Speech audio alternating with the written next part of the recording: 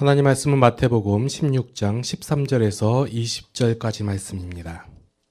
예수께서 빌립보 가이사랴 지방에 이르러 제자들에게 물어 이르시되 사람들이 인자를 누구라 하느냐? 이르되 더러는 침례 요한, 더러는 엘리야, 어떤 이는 예레미야나 선지자 중에 하나라 하나이다. 이르시되 너희는 나를 누구라 하느냐? 시몬 베드로가 대답하여 이르되 주는 그리스도시요 살아계신 하나님의 아들이시니이다. 예수께서 대답하여 이르시되 바요나 시몬아 내가 복이 있도다. 이를 내게 알게 한 이는 혈육이 아니요 하늘에 계신 내 아버지시니라. 또 내가 내게 이르노니 너는 베드로라. 내가 이 반석 위에 내 교회를 세우리니 음부의 권세가 이기지 못하리라. 내가 천국 열쇠를 내게 주리니 내가 땅에서 무엇이든지 매면 하늘에서도 매일 것이요 내가 땅에서 무엇이든지 풀면 하늘에서도 풀리리라 하시고 이에 제자들에게 경고하사 자기가 그리스도인 것을 아무에게도 이르지 말라 하시니라. 아멘. 자, 오늘 말씀을 이끌기 위해서 마태복음 16장, 15장, 16장 이렇게 쭉 끌고 오는 거예요. 자, 많은 성도들이 원하는 게 있죠. 뭐냐면 복 받기를 원해요. 그렇죠? 복 받는 얘기가 있는데 오늘 보니까 내가 복이 있도다라고 얘기해요. 그래서 사람들이 오늘 말씀을 읽을 때 어떤 시선으로 바라보게 되냐면 베드로가 예수님께서 원하시는 흡족한 대답을 했어요. 그걸 보고 이러한 대답을 하니까 복을 받을 것이다 라고 생각을 한단 말이에요. 그러나 오늘 본문 말씀을 자세히 살펴보면서 이게 과연 그런 말씀인가 하고 고민해 볼 필요가 있습니다. 자, 우리는 십자가에 달려 돌아가신 예수 그리스도를 우리가 주라고 시인함으로써 이 세상의 사람들과는 다른 사람인 것을 고백하는 거예요. 세상 사람들과 믿는 사람들의 차이가 뭐예요? 흔히들 생각합니다. 어떻게 생각하냐면 좀 더 선을 많이 행하는 사람, 구제를 많이 하는 사람, 남을 많이 도와주는 사람, 흔히 말하는 착한 사람, 이렇게 구분을 하고자 해요. 여러분들도 그렇게 생각을 하시나요? 근데 우리와 이 세상 사람들과의 다른 차이점은 뭐냐면 우리가 예수 그리스도를 주라고 고백하는 거예요. 사람들의 흔한 그 예수님에 대한 생각이 어떠한 생각이었냐면 오늘 본문 말씀해 보니까 더러는 침례 요한 또는 엘리야 또는 예레미야나 선지자 중에 하나라고 얘기를 하고 있어요. 자, 침례 요한을 한번 살펴보면 자, 침례 요한이 어떤 사람이었어요? 침례 요한. 자, 누가 봐도 이 사람은 뭔가 차별화된 사람이에요. 광야에서 살았고, 그리고 굉장히 직설적이고 독선적으로 말을 함으로 당시에 기득권자들을 뭐라고 했고, 그리고 그 염소털로 옷 입고 메뚜기와 석청을 먹고, 누가 봐도 이 사람은 딱 봐도 종교인이에요. 종교인. 그리고 예레미야, 엘리야 같은 경우는 딱 생각하면 뭐가 생각나세요? 불 내렸어요. 능력 있고 굉장한 이적과 기적을 많이 행한 능력에 있는 사람. 그리고 예레미야는 뭘로 대표되냐면 참 민족적인 그 유대인을 위한 이스라엘을 위한 선지자. 이렇게 바라보고 그랬단 말이에요. 그래서 예레미야가 예언한 그 이스라엘 백성이 회복되는 거, 이런 거. 그리고 선지자 중에 하나, 선지자는 미래일을 얘기하고 뭔가 자신들이 모르는 것을 알고 있는 그런 사람이라고 예수님을 생각했단 말이에요. 예수님을. 다 사람들이 바라보는 관점이 뭐예요?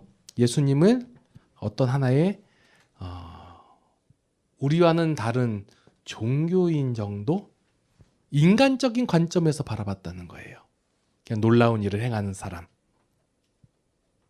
사람들이 바라보는 기독교가 이래요.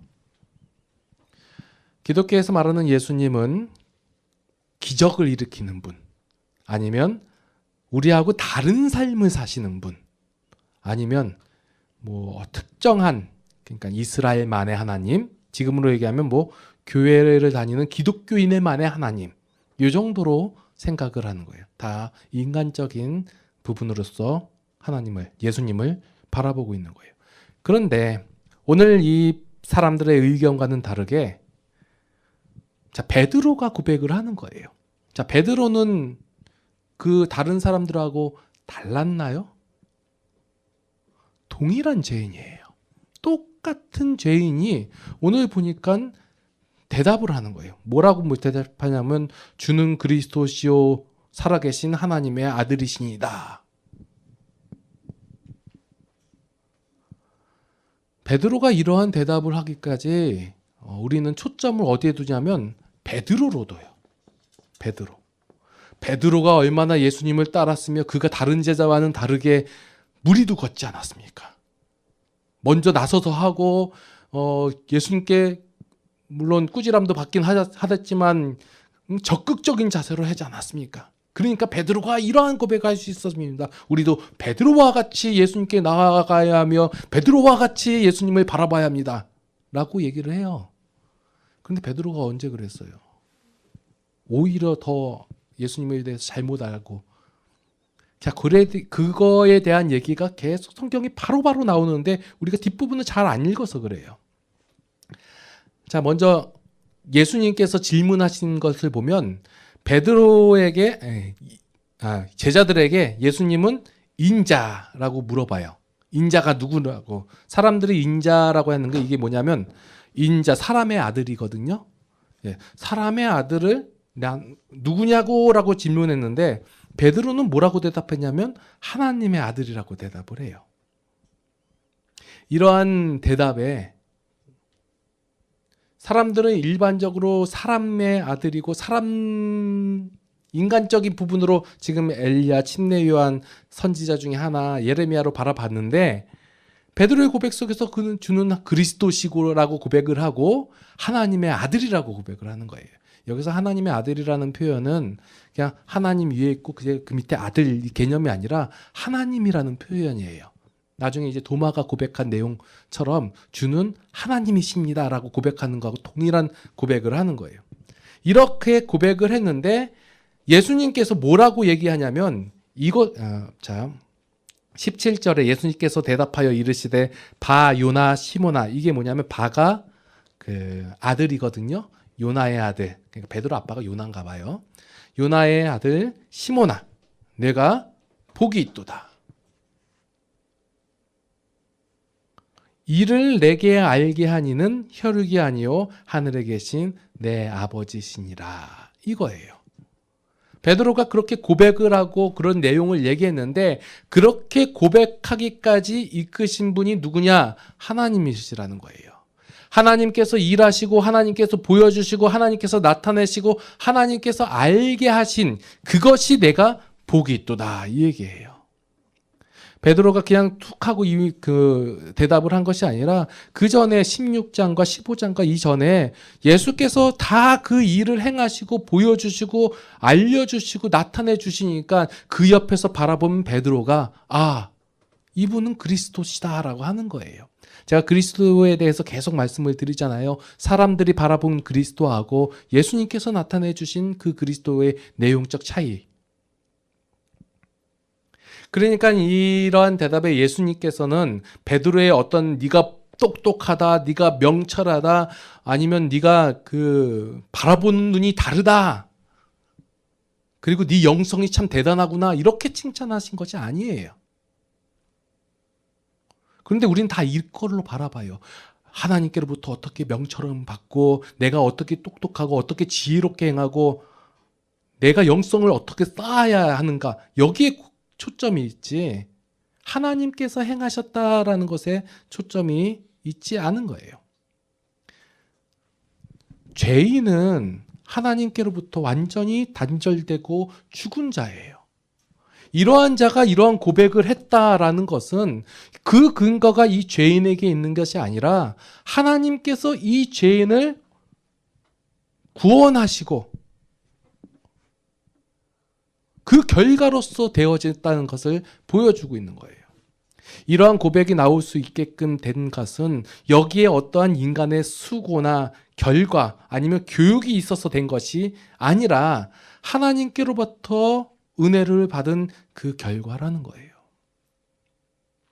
여러분들이 하나님을, 예수님을 주를 그리스도라고 고백을 하고 하나님의 아들이라고 고백할 수 있는 것, 이것은 바로 하나님의 일하심, 하나님의 은혜의 결과로서 나타난 것이지 그 근거가 여러분들의 어떠한 것에 있지 않다라는 것이에요.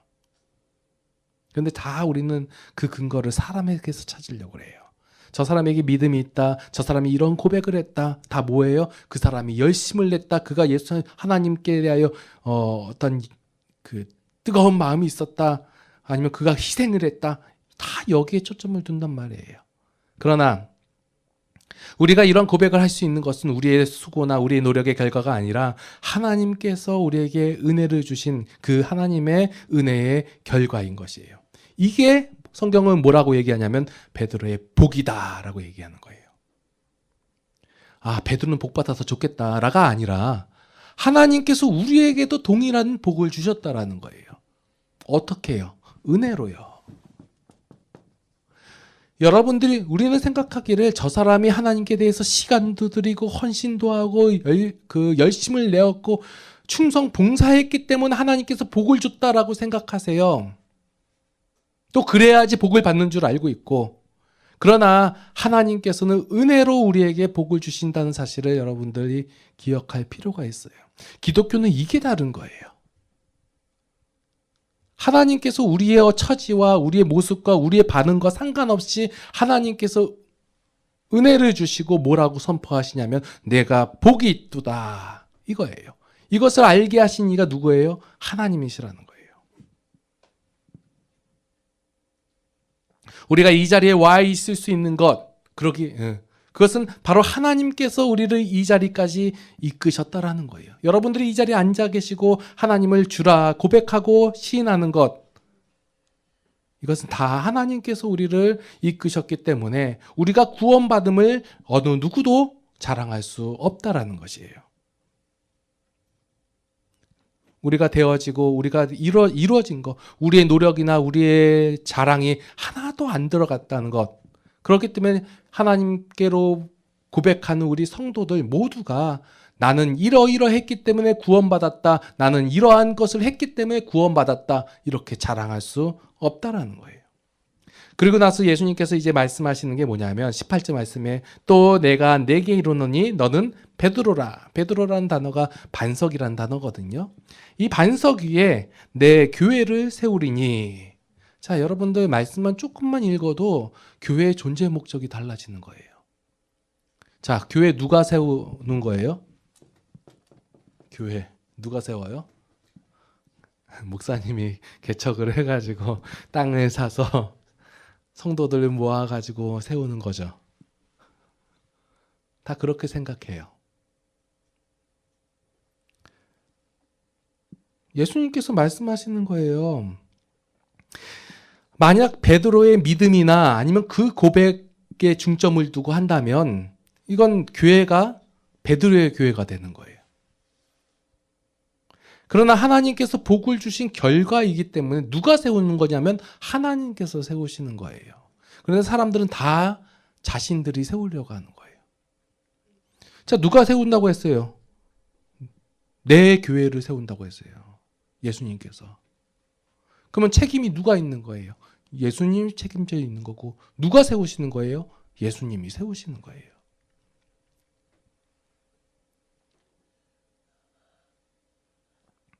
하나님께서 하나님의 교회를 세우시는 거예요.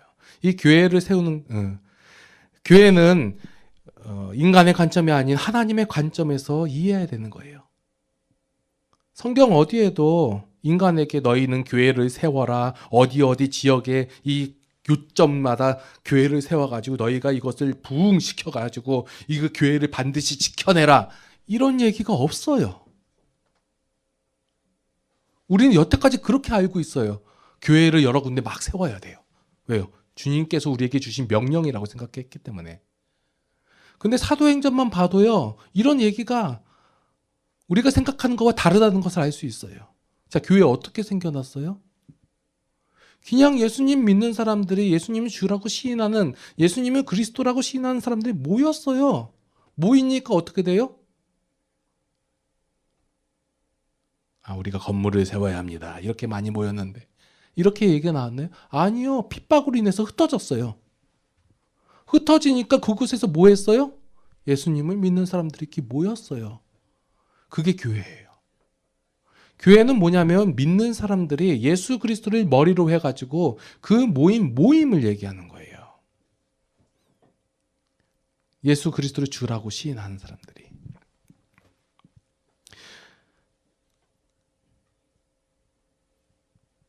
하나님께서 우리에게 교회를 세워야 된다. 교회 건물이 예전에 이런 내용을 접한 적이 있어요. 그 유럽의 많은 교회들이, 큰 교회들이 성도들이 없어지니까 다 팔리는데 어디에 팔리냐면 나이트에 팔린다는 거예요. 공간도 크고. 그러니까 그거 보면서 많은 사람들이 안타까워하고 힘들어하는 걸 봤는데, 그런 게 팔리면 어때요? 우리가 힘들어해야 하고 안타까워해야 할 것은 하나님을, 예수님을 주라고 그리스도라고 고백하는 성도들이 사라짐에 대한 안타까움을 가져야죠. 교회는 세워졌지만 여전히 죄의 원리와 죄의 방법으로 운영되어지고 그렇게 새를 불려가는 것에 대한 안타까움을 가져야죠. 교회는 성도들로 하여금 어떻게 영업을 띄워가지고 많은 사람들 모아가지고 어떻게 좀 수익을 창출하는 데가 아니에요. 교회가 많은 일을 합니다. 여기에 관점이 있지 않아요.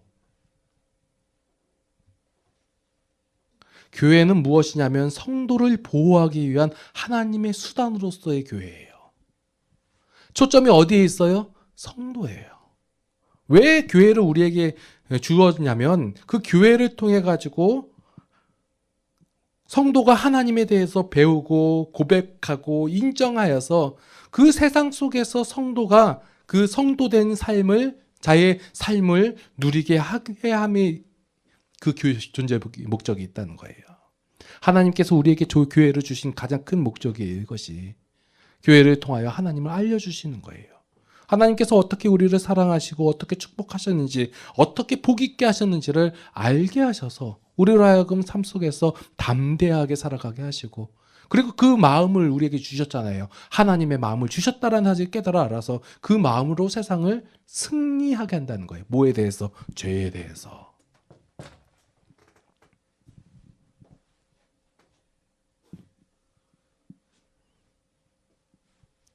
19절의 말씀은, 우리가 19절 말씀 자꾸 이것을 우리에게 무슨 어떤 힘이라고 생각해요. 천국 열쇠를 줬다 이거예요. 내가 천국 열쇠를 갖고 있으니까 너 내 말 안 들어? 잠가버려. 내가 땅에서 잠그면 하늘에서도 잠가. 너 이제 복 못 받아. 이렇게 생각한단 말이에요.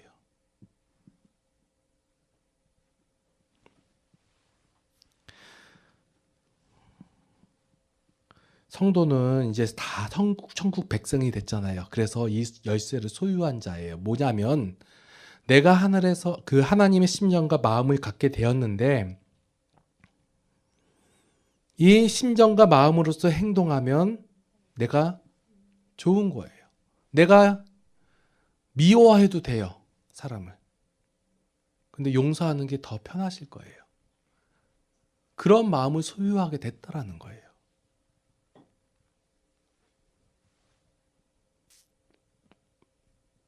이 열쇠라는 것이 천국의 내용을 만들어낸 수단이 아니에요.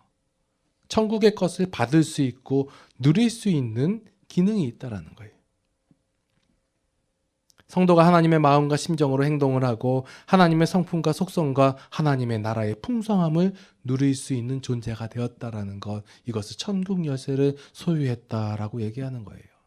천국 열쇠를 다른 어떤 복을 받는 어떤 열쇠, 아니면 사업이 잘 되는 열쇠, 아니면 자식들이 잘 되는 열쇠, 이렇게 생각들을 많이 하시는데, 하나님의 복은 이게 아니다라고 아니라 요것만이 아니다라는 거예요. 그러한 자가 되었다는 거예요.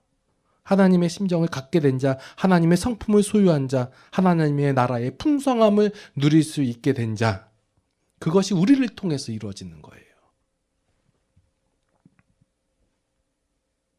그러한 존재가 되어진 거 누구 때문이에요? 하나님께서 은혜로 주어졌다는 거예요. 우리가 그 복된 자의 자리에 가기까지 달려가는 것이 아니라 그 복된 자의 자리에 있다예요. 그것을 깨달아 알으라. 이것이 성경에서 말씀하시고 있는 거예요.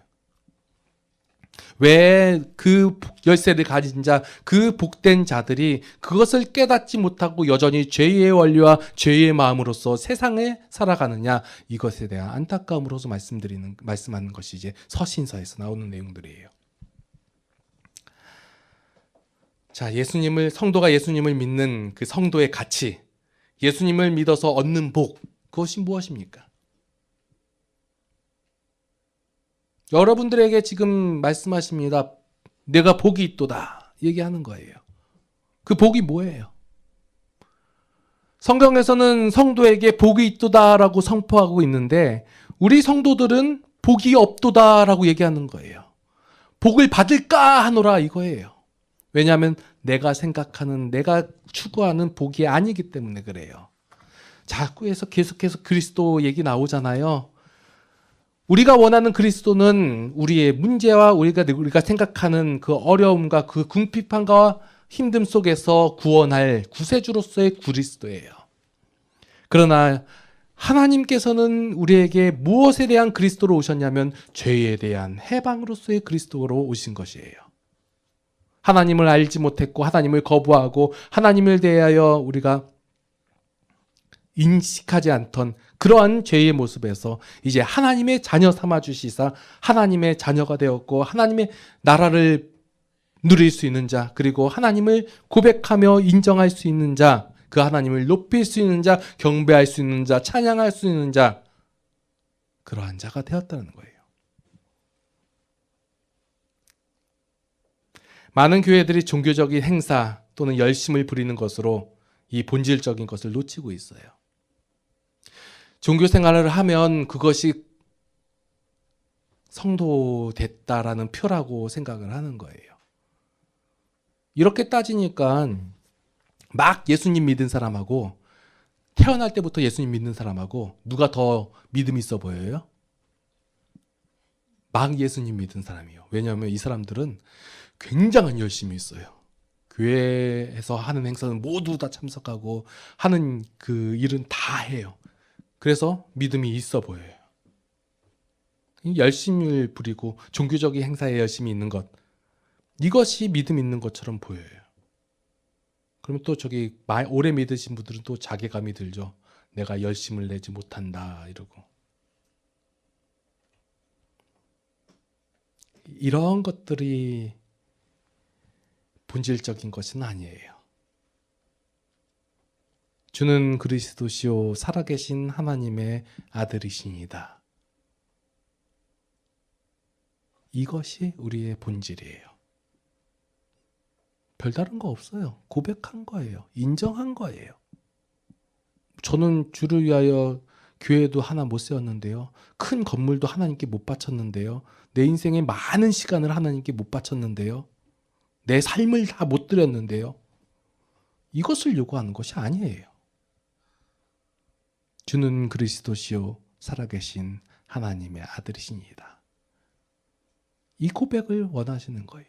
근데 이 고백을 누가 하게 하셨다? 하나님께서 하시게 하셨다. 그리고 우리에게 선포하시는 거예요. 내가 복이 있도다.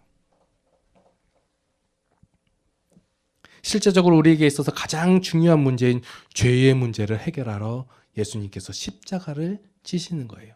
자, 마태복음 이 내용이 다 어디로 향하고 있어요? 십자가로 향하고 있는 거예요. 우리가 십자가의 고난만 얘기하고 고통만 얘기할 때 우리는 죄에서 해방을 얘기할 수 있어야 돼요.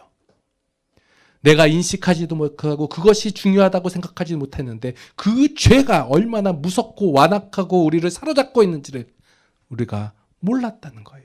그러나 이제 우리는 하나님의 백성이 되었고 하나님의 자녀가 된 거예요. 여기로부터 해방이 되었고 이제 주를 그리스도라고 말할 수 있고 하나님의 아들이라고 얘기할 수 있고 우리가 하나님의 백성이요 성도라고 말할 수 있는 거예요. 이것이 우리가 얼마나 중요한지를 우리가 가치를 여기다 두지 않는다의 문제가 있는 거예요. 그러니까 성도의 자랑을 뭐라고 얘기해요? 내가 예수를 믿었더니 내가 돈이 많아졌습니다. 내가 예수를 믿었더니 병에서 고침을 받았습니다. 내가 예수를 믿었더니 내 자식들이 다 잘 되더라예요. 우리의 자랑이 참 빈곤해요. 여러분들의 자랑은 뭐예요? 하나님께서 여러분들을 사랑하셨다. 하나님께서 여러분들에게 은혜를 주셨다. 하나님께서 여러분들에게 복되도다 선포하신 것이에요. 죄의 문제를 해결하러 십자가를 지신 예수 그리스도를 주라고 시인하는 것이 교회와 성도의 가장 기본적이고 본질적인 자세라는 거예요. 기도하시겠습니다. 하나님께서 우리를 사랑하여 주시고 우리에게 은혜 내려주심에 감사를 드립니다.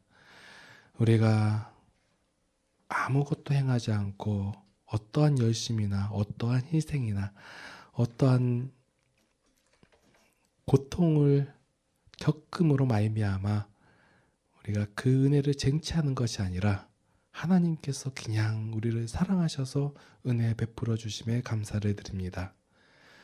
그 하나님의 일하심의 결과로 오늘 우리가 하나님께 고백을 합니다. 주는 그리스도시요 살아계신 하나님의 아들이십니다. 우리를 구원하여 주심에 감사를 드립니다. 우리가 하나님을 찬양할 수 있음에 감사를 드립니다. 한 주간의 삶 속에서도 이제 우리가 그 하나님을 고백하며 인정하며 그 하나님을 높이며 찬양하는 우리 성도들의 모습이 되게 하여 주시옵소서. 이제는 우리 주 예수 그리스도의 무한하신 은혜와 하나님 아버지의 극진하신 사랑하심과 성령님의 감화, 감동, 교통, 인도, 보호, 역사하심이 이제 하나님을 주라, 그리스도라 고백하는 우리 모든 성도들 머리 위에 이제로부터 영원토록 함께 하시옵기를 간절히 축원하옵나이다. 아멘.